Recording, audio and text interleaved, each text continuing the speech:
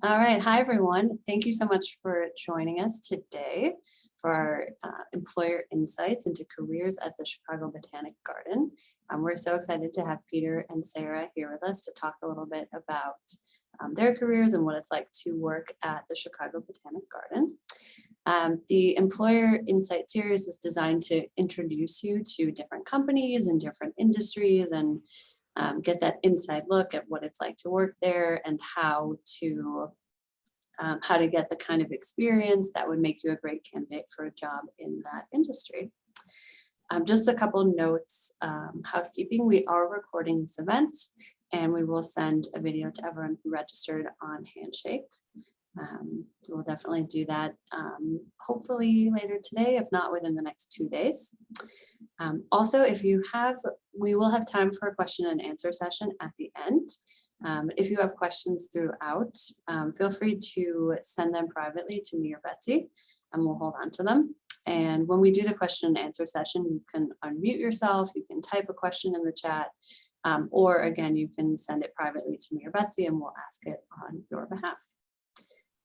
And my name is Debbie. I'm from the Career Center. I am on our healthcare and science team and our employer engagement team, and I work primarily with employers in healthcare and science. And I'm going to turn it over briefly to my Career Center partner, Betsy Cahill.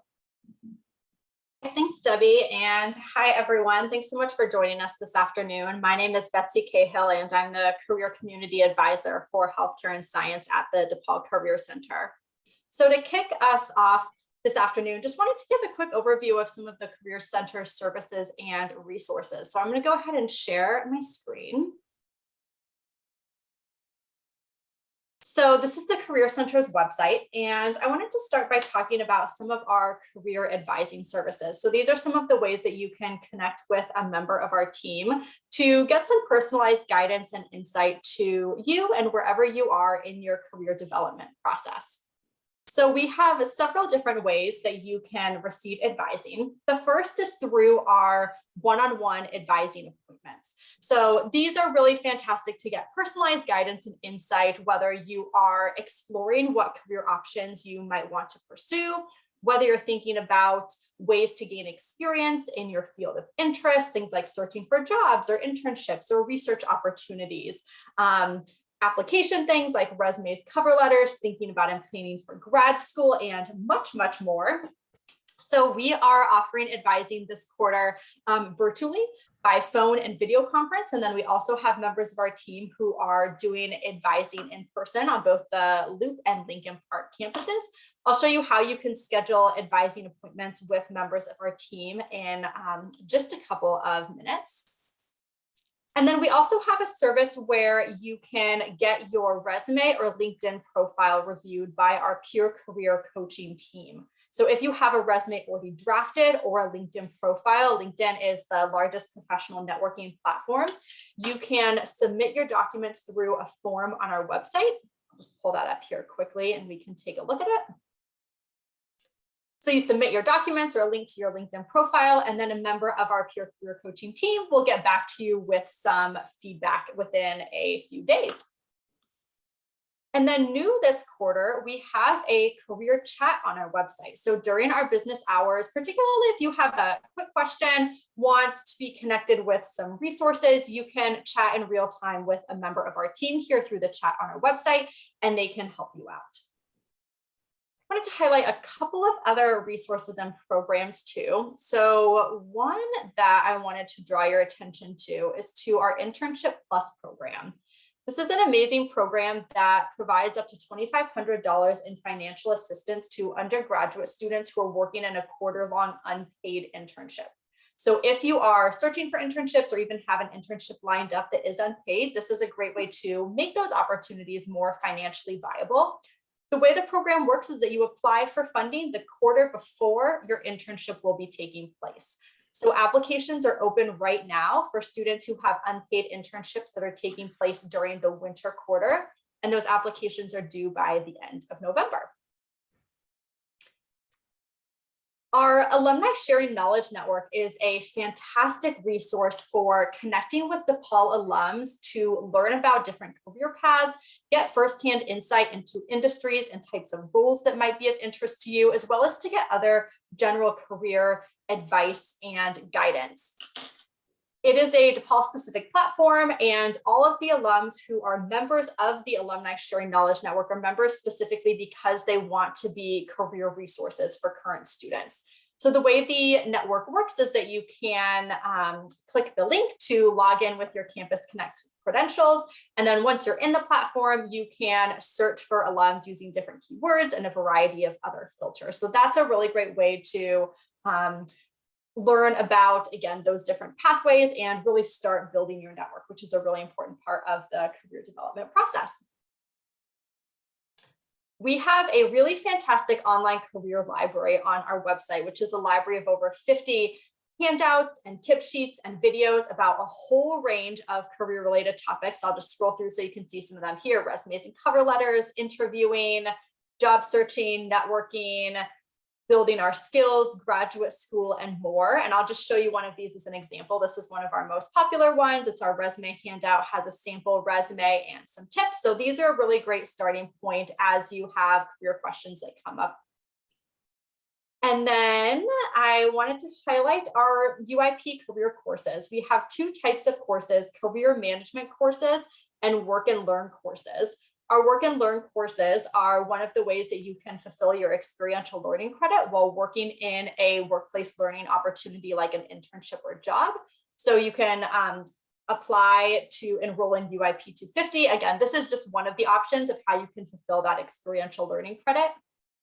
And then we also have amazing career management courses that are 2 credit classes. So you can add these to your normal course load, usually at no additional cost. And they're a great way to dive into career-related topics in a lot more detail. So exploring different careers and majors, creating your toolkit like your resume and cover letter, reflecting on and harnessing your strengths, job and internship search strategies. These are incredibly valuable. So as you are thinking about planning your schedule for winter quarter, definitely would encourage you to check these out.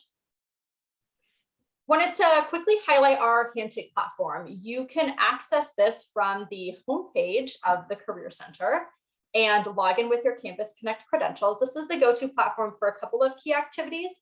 So this is the way that you can schedule career advising appointments. So those one-on-one appointments with a member of our team, you click Career Center and then appointments, and then schedule a new appointment. And then from here, you can navigate through the option that resonates most with you and find a time that works well for you, either virtually or in person. Handshake also has a great job board with internship and job opportunities. You can search by opportunities based on keyword, do location filters, as well as filter by a number of different other things like the type of opportunity that you're looking for, different industries and types of roles. Handshake is also where all of our career-related events are housed. And these are events that are both hosted by the Career Center as well as by external partners and employers. So this is how you can find and get connected and RSVP for all of those events. And then this is also where information about all of our career fairs are housed. We have several career fairs that we host throughout each academic year. Our technology career fair is actually coming up this Thursday, November 11th. So if you're potentially interested in working in a technology-focused role, I would definitely recommend checking this out. There will be employers from all different types of industries there. It's a great way to learn about different pathways as well as actually get connected with job and internship opportunities. So definitely check that out. And then I just wanted to conclude by sharing a couple of the ways that you can stay connected with the Career Center. So one of the best ways is to join one or more career communities, which are our different industry-based career communities that provide resources and advising and events that are specifically tailored around these different industries. Debbie and I, as we mentioned, both work for our healthcare and science career community. You can join however many of these as you would like, and doing so connects you with resources, opportunities, and events, as well as subscribes you to our newsletter that we send out every other week that has job and internship postings, career tips, and more. So this is a fantastic way to stay connected. And then we also have a LinkedIn group where, again, we post information about events, jobs and internships, other tidbits, and so forth. So those are great ways to stay connected as well. So with that, I am going to turn things back over to Debbie. All right, thank you so much, Betsy, for that great overview. And without further ado, I want to introduce our panelists today. And we have Peter and Sarah, both from the Chicago Botanic Garden. And if just to start, Peter will have you start. If you can both introduce yourselves, tell us your pronouns, your position or department at the Chicago Botanic Garden, and anything else you would like to share at the beginning. Yeah, sure. So Peter Nagle, he, him, his, and I work in the aquatic department. My title is Women's Board Curator of Aquatics, as well as managing ecologist lakes and shoreline. We just created that. And I've been here since 2012. And I went to school at Creighton University and got my bachelor's in environmental science. Thank you. And Sarah? Hi, everyone. First of all, thanks for having me. Happy to be here talking to everybody, and thanks to everyone for coming out. I'm Sarah Nolimal. I use she, her pronouns, and I'm the senior horticulturist at the Chicago Botanic Garden. I maintain the greenhouse garden, so everything under glass and indoor plant displays. I've worked here since March 2019, and I also graduated from DePaul the year before that in 2018. Cool. With environmental science degree. Oh, thank you. We're always happy to welcome back alums as well as to have friends from other schools as well. Next, if you could tell us about your current, a little bit more about your current role and what you do on maybe a daily or weekly or monthly basis.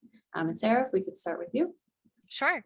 Yeah. So like I said, I'm responsible for the inside gardens here, everything inside. So that's really a lot of tending to the garden and just general kind of garden work, like planting. I did a big planting project this morning, watering the plants, pruning, things like that, just making it look good and nice and presentable.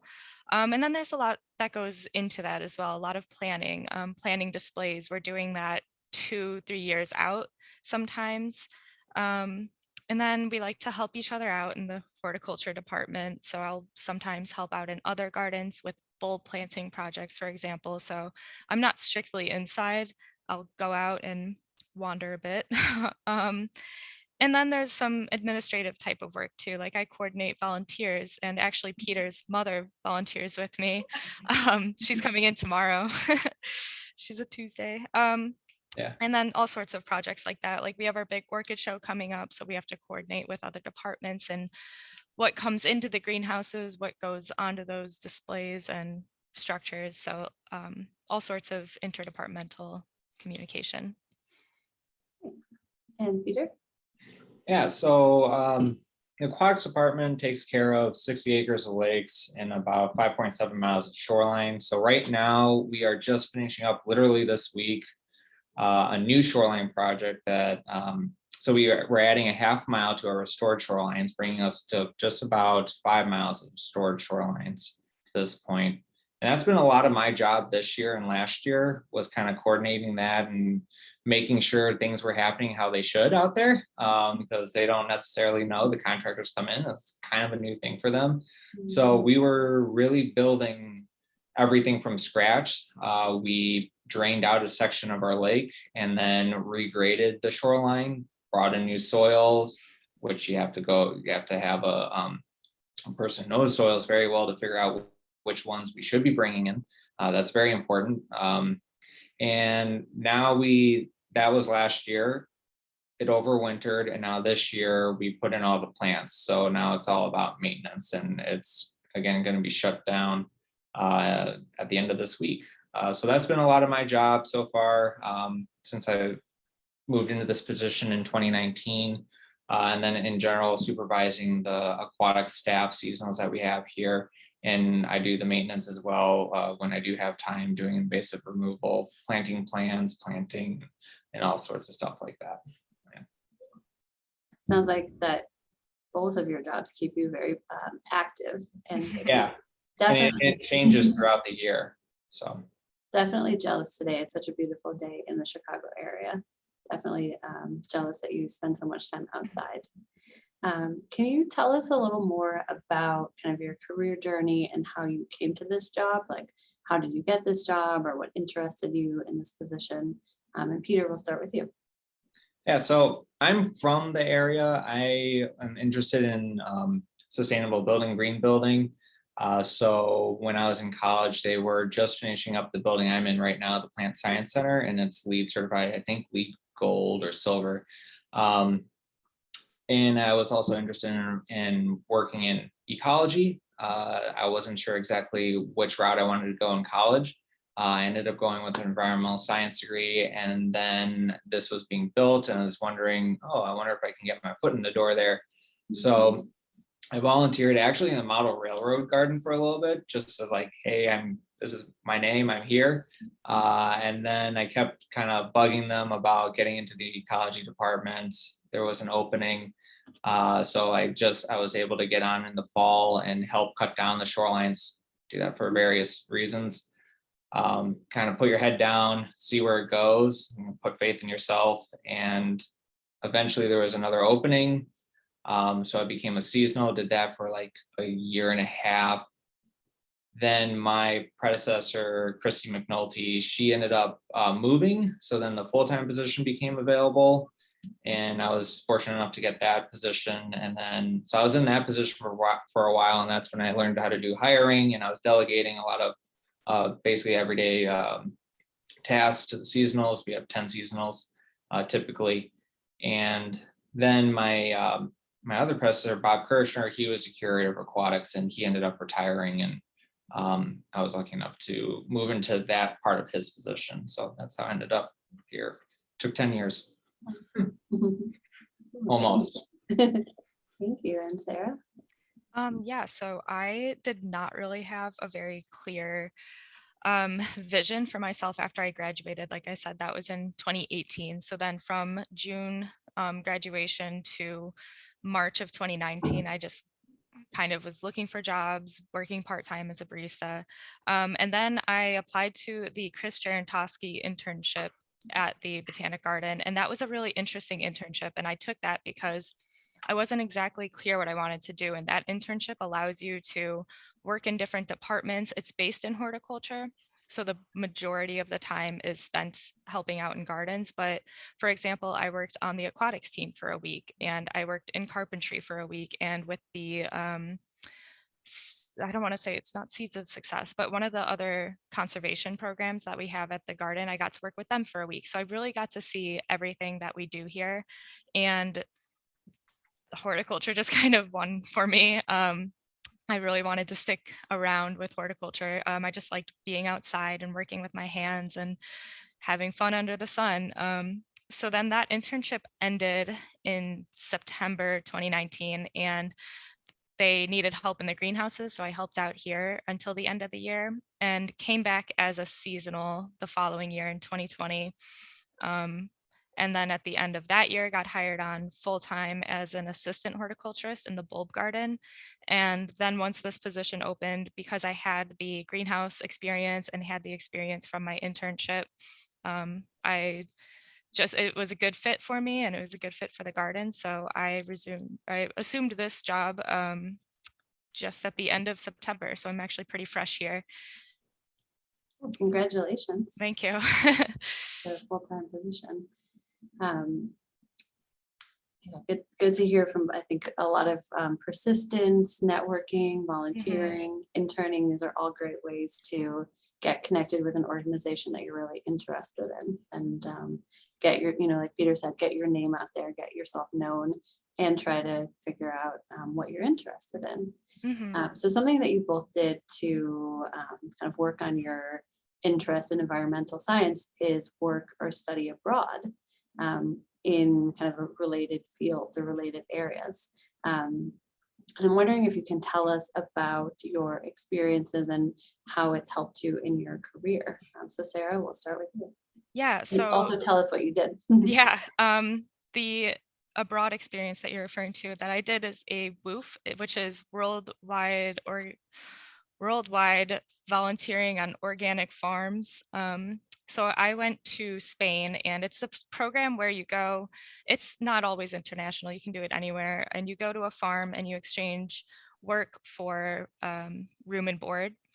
So I did that in Spain, and it was right after my internship, and I was only there for a brief amount of time, and it wasn't the active growing season, but it was this farmer's first season. He didn't really know what he was doing, and for me, going there, I wrote out the guide. I like planned this man's farm out for him, and it was very reassuring to see that I knew what I was doing. It was like just the culmination of my internship and the culmination of my experience in gardening and farming all coming together. And so I returned from that feeling very confident in my abilities. Thank you. And then in 2010, I studied abroad in New Zealand, Victoria University in Wellington, really cool city. And I went there because environmental science, I love being out in nature, hiking around. So I would say while I was there, it's a lot of fun, of course, but it solidified my passion into environmental science and actually kind of got me into birding a little bit too. I'm not a huge birder. I wouldn't say if you know anyone who is a birder, but I learned to appreciate the birds definitely in New Zealand, just since they're all flightless, or a lot of them are, and how they are threatened down there because of the possums and cats. But it was just a very cool experience. It's a rugged part of the world, very beautiful. So just being out in nature and doing all that kind of stuff, I couldn't ask for anything more. So it's a very cool experience. Thanks. What are some current maybe trends or issues in environmental science and ecology that you have observed in your work? So Peter, we'll start with you. So once I moved into the curator position, my focus kind of moved off of the shoreline part of that position, I guess, and more towards the water chemistry and what's going on in the lakes, since that was the knowledge that Bob Kirshner had. And when he left, it's like, oh, we got to fill that. So what I'm noticing within that, like limnology and aquatics, it's blue-green algae is becoming more and more of an issue, cyanobacteria. We actually have a bit of that here at the garden, and that has been more and more prevalent as temperatures have increased, and as well as runoff. Nutrients are a huge driver for blue-green algae in warm, sunny days. So working through that, that's definitely something. Water quality, as you can imagine, if anyone's heard about the issues that have been occurring in Lake Erie. So that's where this is, I think, a lot. I go to conferences. NALMS is NALMS. I go to that conference, and that's a huge part of the conference. It's talking about nutrients, how to prevent them from getting into water systems, as well as what to do when you do have a blue-green algae blooms, because they can be toxic. Not always, but they can be. So that's kind of where that's moving towards. And then with more flashy weather that I have seen and that they have predicted and have recorded as well, we're having a little bit more droughts, as well as having heavier rain events. So within the shoreline side of things, that's going to put a lot more stress on the shorelines. And so like inland lakes, that's what I would say I'm more an expert on. Shoring up the shorelines of these, like Geneva, if you've ever been up there, and how the wave action is kind of crazy with all the boating and so forth. And shoreline erosion is definitely an issue over there. So that's becoming more of, I think, a focus. I wish it was more of a focus at NALMS. There's always some section on that. But using native plants, there's seemingly more, even since I've been working here, more and more of an awareness of native plants in the general public. And that's kind of the purpose of our shorelines, is they're all divided up into different locations. Within each location is a few different species. So it looks more like a garden aesthetic. So we're trying to get people to want to plant natives instead of thinking of them as weeds. And yeah, so that's as far as I think the direction of where aquatic ecology is kind of going here. Definitely. And then let's see if there's one other thing I want to mention here. And within hiring for us, becoming more diverse, I know this is a pretty poignant topic right now, but that's definitely a need for us. So trying to find ways to do that. Access isn't great, especially here at the Botanic Garden. You know, we're way up in Glencoe. So that's definitely something we're trying to work on as well. Thank you. I could keep going, but that's probably Yeah. enough. Sarah, what would you like to add? Yeah, I mean, we're having the same hiring dilemma. I think horticulture is very much this very traditional, like formal field. So we're also looking for people without necessarily environmental science degrees or horticulture degrees. That's what it used to be. You needed a horticulture degree, and then they moved on to, okay, an environmental science degree. And even then, it's like we're probably looking to expand that college knowledge base a little bit more, as well as diversifying. Like Peter said, it's trickier up here because we are a little bit harder to get to. But then within the industry, we have plenty of trends that we're looking at. Climate change is obviously going to affect every industry. It's affecting horticulture in the way that obviously the plant zones are kind of moving and they're shifting and they're changing. So all of these gardens that we have built, the plants that are in them and the plants that have been there for 50 years are going to have to be replaced at some time. Or there's this trade-off of how long do we try to keep this pine alive versus when do we replace it. So there's those options that we're looking at. Some current trends that we're noticing are the competition with home gardeners. This is also a COVID thing, I think, but everybody started planting in their own garden. So we're having supply chain issues there on top of the just general supply chain issues that are going on in the world right now. So that's another reason that we do our designs 2 or 3 years out. That will probably expand even longer going forward, maybe doing designs 4 years out. So those are the trends that I've seen so far. Yeah. Yeah, who would have thought pandemic gardening? Yeah, it really took off. Mhm. Yeah, actually, Peter had mentioned it too, but people do seem to be appreciating native gardens a lot more, which is assuring to see. That's always really great. Securing native plants is getting a little trickier though. I'm sure. You kind of touched on this a little bit, but what advice do you have for students who are interested in careers in environmental science, aquatics, horticulture, kind of similar to you? So Sarah, we'll start with you. Yeah, so if you recall, Peter and I both started, Peter as a volunteer, I as an intern, we were both seasonal for a while. So accepting that kind of shorter term work is going to be beneficial. I remember I came out of college like gung-ho, I'm getting a full-time position, but it's not really how it works, especially in these outdoor fields, because there's really only so much work to do in the winter.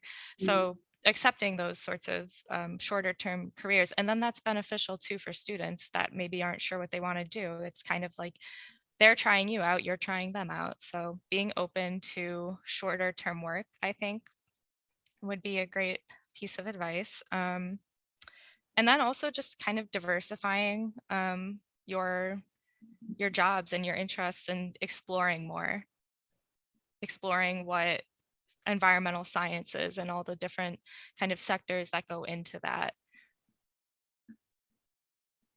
Yeah, I basically wrote down very similar things. Being okay with having to hop around possibly. I know that our seasonals, sometimes they get full-time jobs right after this. It depends on what they want to do. If they're okay with going into consulting or something like that, there's usually those jobs are available. But a lot of people have gone all over the country afterwards. Maybe they didn't know exactly what they wanted to do. And I hear that a lot when we hire people. It's just, I just want to try a few things and see where I want to end up. And maybe I'll get a master's degree in whatever I really like. So people, again, hop around all over the place in nonprofit, governmental work. So being okay with that. Hopefully you can find something straight out of the gate. And I don't think it's always necessary to get a master's degree. Experiences usually can go a long way. But you sometimes have to find yourself in the right position, like Sarah and I have kind of found.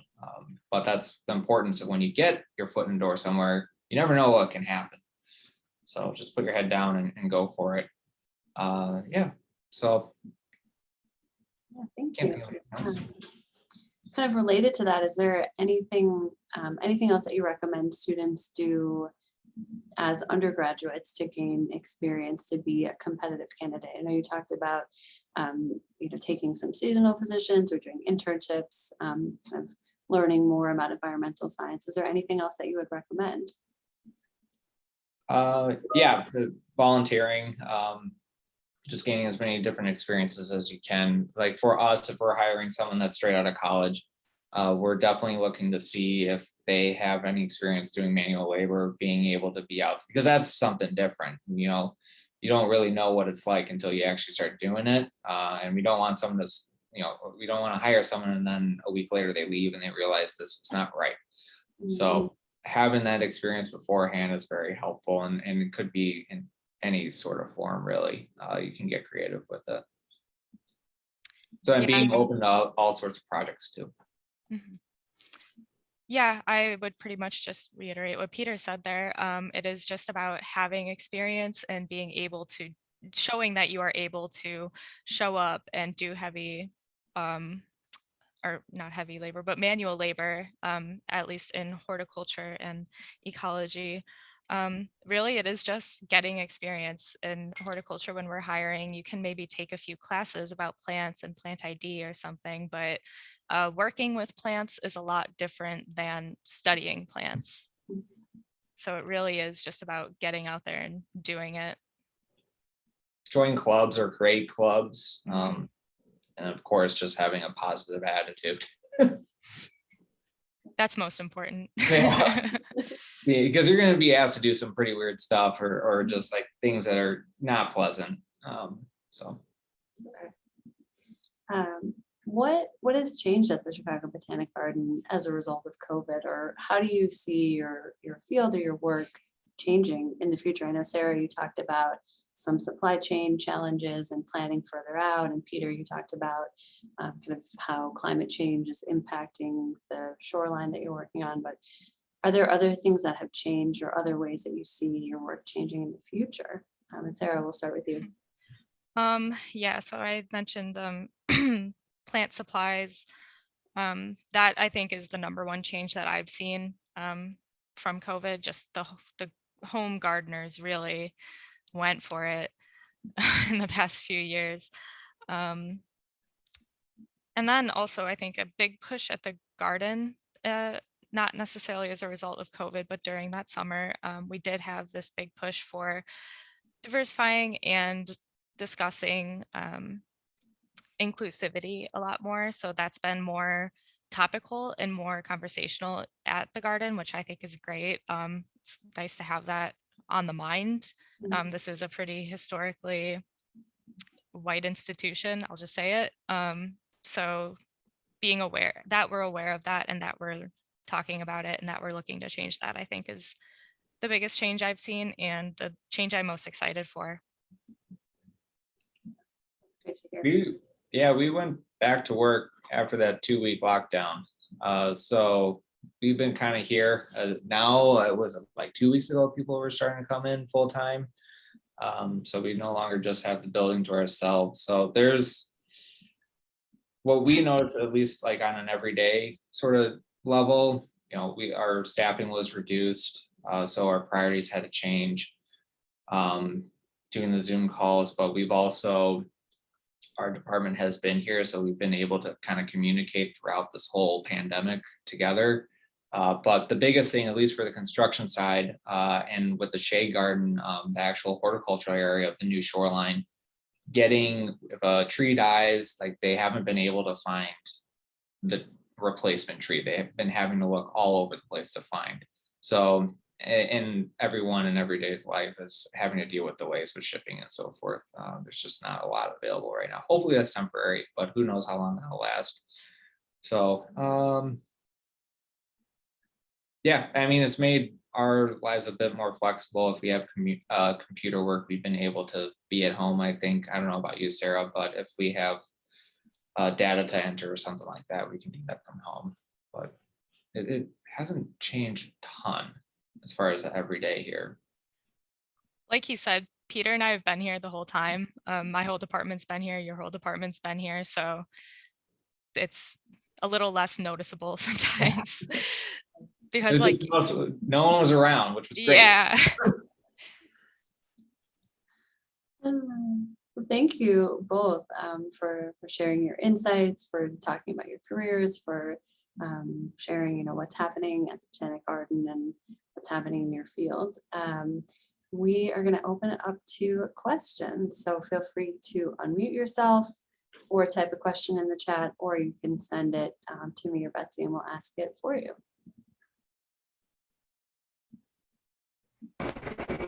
Hello, I have a question.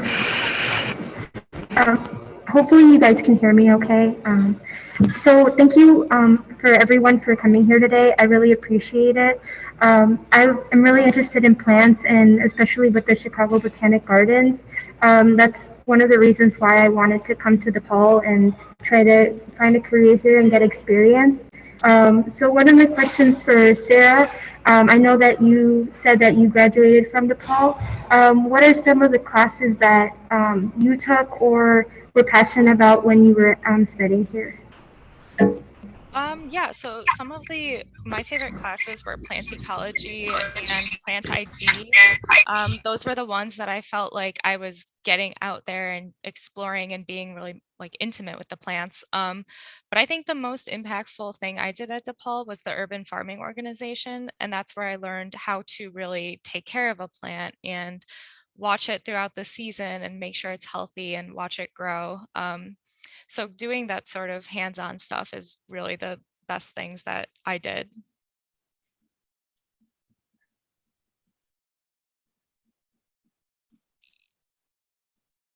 Elena, did you have another question or a follow-up question? I was just going to say in general for Pierre as well is what was something that interested you? I know that you talked about the shoreline and the aquatics. So what's something that was passionate about you during your career? Hopefully I heard that right. What am I passionate here at the Botanic Garden other than the shorelines? Is that what you asked? Honestly, being with the seasonals and having we have 10 seasonals usually, and sometimes we have people returning, so there's a bit of a turnover there. So we post a job in January, and being that first step in their careers and helping them understand or gain understanding of ecology in general, but then definitely with aquatics and shoreline restoration, and seeing them go from, some may have a decent amount of knowledge, but some may not have much at all. And then kind of spurring on this possible career path for them. So that's probably one of the most special things, is being able to see that and seeing if they do come back year after year, how they've grown each year. And their knowledge base and just how they interact with people and other seasonals is pretty cool to see. So that's probably number one up there. And now with the new shoreline, seeing the backbone, I call it, the actual earthwork of the shoreline, that was pretty neat to see, because I've been working with the plants for a long time now, learning the plants, what they like and dislike and what works together. But seeing how much goes into figuring out every little nuance of the soil and the placement of it and how important that is, because if you don't do it right, the plants are going to die, or if you don't get the compaction right, the soil is just going to float away and you're going to lose your shoreline. So all that and the amount of thought that goes through all that. Hopefully I answered your question. Yes, that's awesome. Thank you so much. Other questions? Yeah, thank you guys for your time. It's very helpful to know directly from you this whole information. And my question would be a little more specific. I'm going to be graduating from DePaul soon, and I've been obviously looking for internship and jobs, and I saw some like opening interesting that were very intriguing to me in terms of sort of like ecological exhibition. I know Botanic Garden is so beautiful, and there's so many thoughts go into arranging and aesthetically putting it all together. And I was wondering, and me having also my undergrad in arts, and now master's in environmental science, like I really would love to somehow fuse these two fields. And I was wondering, is there's any opportunity for like internship that I can somehow, as a person like me, student like me, can be part of? I'm not sure what internships we have offered right now, but it sounds like you're looking to fuse art and science. And frankly, I think that's exactly what horticulture is. So any of the horticulture internships, I highly recommend them. They do give you an opportunity if you express interest in designing garden beds and being a part of that process of planting and design. And then what else was I going to say? There's also opportunities, I think, to get, if that doesn't exactly float your boat, floristry, I think, is another really interesting type of place where you can explore art and science and plants. Hopefully that helps. Thank you very much. Sure. I don't have much more to add. Unfortunately, there's just our seasonal positions in the ecology department, natural areas. So, and within that, it's myself and the other ecologists that are trying to, well, really Val, she's the other ecologist. That's her position now, is trying to figure out where the replantings go. We have sometimes plants decide not to come back 1 year to the next, or we have muskrat damage or something like that. So trying to figure that out. But Heidi Natura, I don't know if she has anything available right now, but she is a landscape architect that designed our shorelines. She, like, when you kind of sit back and think about it, she has one of the largest imprints on the Chicago Botanic Garden. So, and her company is Living Habitats. That might be a place to kind of keep looking at, but I'm not sure if they have anything right now. Omni, Thank you very much. Omni might be one. I think the best time to be looking is going to be like February. That's when things for spring and summer will be going up. Great to know. Thank you very much. It was very helpful. Thank you. Both. I also posted the internship and job page from Chicago Botanic Garden, and that's very helpful to know that the seasonal positions are posted generally, you said, in January, February. And I'm wondering if you can talk a little bit more. Both of you have mentioned the seasonal positions, more about that role, kind of how long that is and what that involves. Peter, do you want to start? Yeah, sure, I'll go. So in the aquatic department, we have kind of all over the place. We have some people that start in late May or early April and that go all the way through early December, and some people that start, we have everyone on by June 1st. And then some people will fall off in late August and then mid-September, going back to school or whatever. But then everyone else kind of stays on through December. And during the course of the season, early on, it's kind of spring cleanup, maybe doing some mulching, throwing some leaf mulch down. And then once and a lot of weeding, that's when we try to get ahead of the invasives. So we're doing quite a bit of herbiciding, things that green up sooner than other things.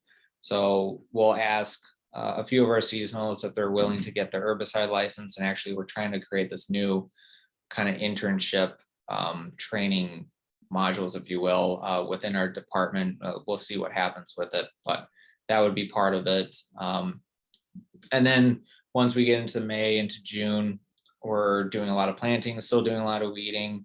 And then the lakes really get very active.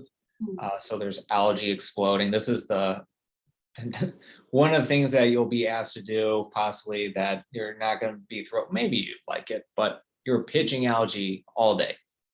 I mean, this is the Botanic Garden. It's an inland lake that has a lot of nutrients in it. So we want to have nothing at the water surface. So that's one of the things that our department has to deal with.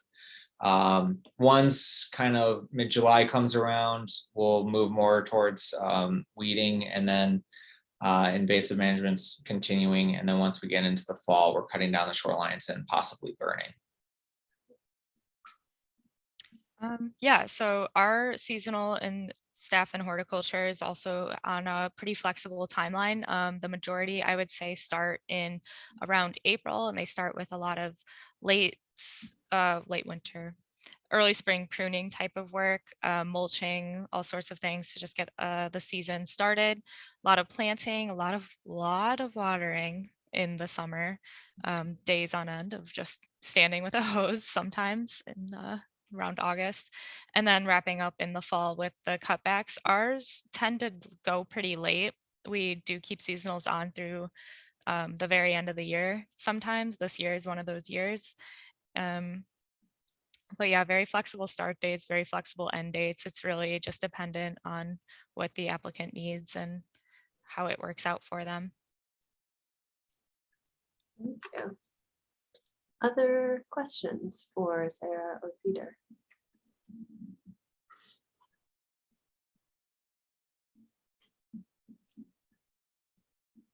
I'm curious, we're talking about the seasonal positions, but tell us what are your big projects or tasks during the winter?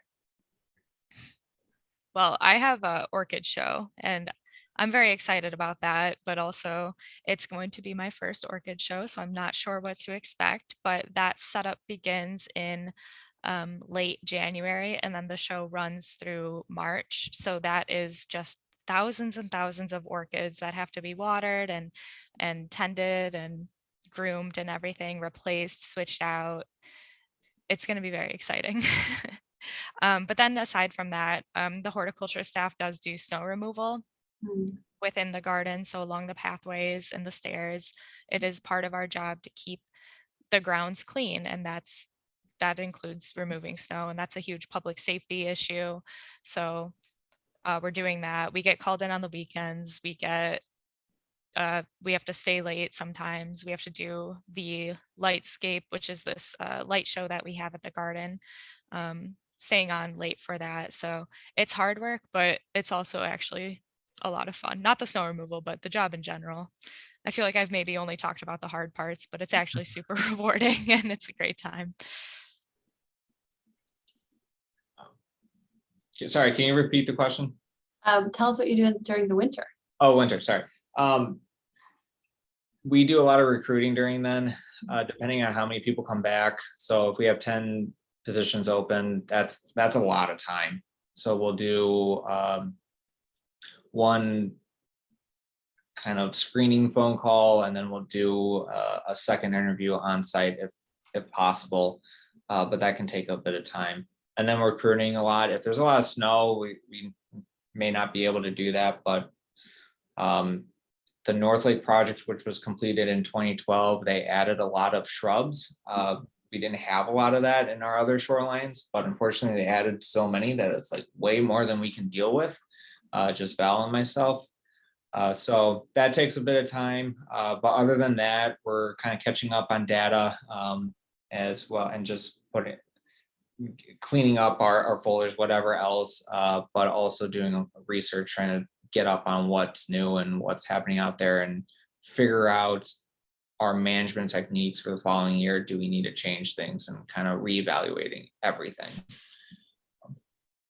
Take the time to do that, because you can't do that during the course of the year. I mean, you try, but it's just, you're too busy. Right. Yeah, winter is great for planning. In the summer, you just want to get out there. You have to just get out there and get your hands in on whatever needs to be done. Winter's when you get to sit and think. Any other questions? Question. So I know that you both come from environmental science backgrounds and have talked about your departments and what you do. And I know that as a large organization that the Botanic Garden has a number of other functions and types of backgrounds and roles that it hires for, from communications, HR, finance. I was wondering if you could just talk a little bit about some of those other departments for some of our students who might have other types of majors or be interested in some of those other types of opportunities, to give them a sense of what those might look like, just at a broad level. I don't know how much I can speak to that. I mean, we do have these departments, but at least in natural areas, we're down here on the south, and I have like no interaction. That's I know fair. they exist, but it seems that within the Welcome Center, in the visitor center area, they do seem to take people that do the front desk job and bring them into donor relations or some sort of administrative. I don't know if that's what their degrees are, but it feels like a number of people have made that move. Trying to think of any, but there's events that obviously that we're putting on, like Sarah, that will be part of. So that I would assume that's a pretty decent sized department, putting those types of shows on and getting donors and all that sorts of things. But yeah, I don't know how much I can speak to this. We do have like the science division. Peter, can you maybe speak a little bit more of like the northern, do you know much about that? Like the northern partnership and With Northwestern? with Northwestern, that's Yeah, so we do have the Northwestern Plant Biology and Conservation grad program is in our building. And I quite honestly, I don't understand how that all comes together, but we do work with them every so often. We have department meetings and all that, but we have a number of PhDs that are here with obviously their graduate students doing research, mostly elsewhere, like all over the United States, in particular the Southwest. But we do have some people doing work in Turnbull Woods, which is just across Green Bay Road up here. And every so often we'll have some people that are interested in what would like to use our natural areas. However, we have a permitting process for that. We're also on the forest preserve land, so they have to go through the forest preserve to ask for permission to do any work here. So, and we'll have questions of our own, and we'll try to, Andrea Kramer, she is the director of natural areas, and she will try to kind of rope other people involved instead of having us do all the work ourselves. I mean, we have the talent here to do more of the qualitative work or quantitative work. So we're trying to find ways to connect each other more and more, but we're also like, they're the natural areas. We don't necessarily want to touch them a ton, but we do have some questions to ask, and there is some overlap in partnership there. But for the most part, they're kind of using this facility, doing their own thing, and we'll have some discussions and more about the research side of things, seeing what they have, if they've learned anything, what they have to say. And there's always been somewhat of a divide between the land managers and the scientists, and we're trying to kind of break that down a bit. Hope that answers. Yeah. Any other questions? Give anyone a minute. Questions? All right, well, we will stop there. Thank you everyone for joining us. Huge thank you to Sarah and Peter from the Chicago Botanic Garden for sharing your time and your experience, for coming inside and sharing all of your wisdom from the outside with us. And thank you again, everyone, for coming. Hope you're able to connect with the Career Center in other ways through all those resources that we've included in the chat. And thanks for joining us. Thank you. Thank you for having me. Thanks, everyone. Thank you very Thanks much. for coming.